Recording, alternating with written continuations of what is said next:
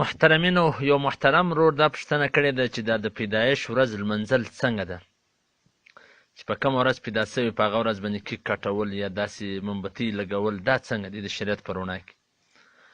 علامه مفتي خالد سیف الله رحماني صاحب په خپله فتاوا کتاب الفتاوا جلد نمبر 6 صفحه نمبر 285 هغه دا لیکلي دي چې د پیدایشي ورځ لمنځل دا غیر شرعي عمل دی. نه د رسول الله صلی الله علیه وسلم څخه کله دا ثابته ده چې هغه د خپلو کوچنیانو سدګره جوړه کړي، نه د صحابهو څخه، نه د هغه څه بعد کې د سلف صالحینو څخه د هېچا څه هم ثابت نه دی. لهذا دا غیر شرعي عمل دی او دا د مغربي ثقافت دین دی.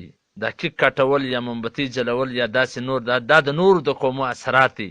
لهذا د داسې رسم او رواج څخه ځان بچاول پکار دی.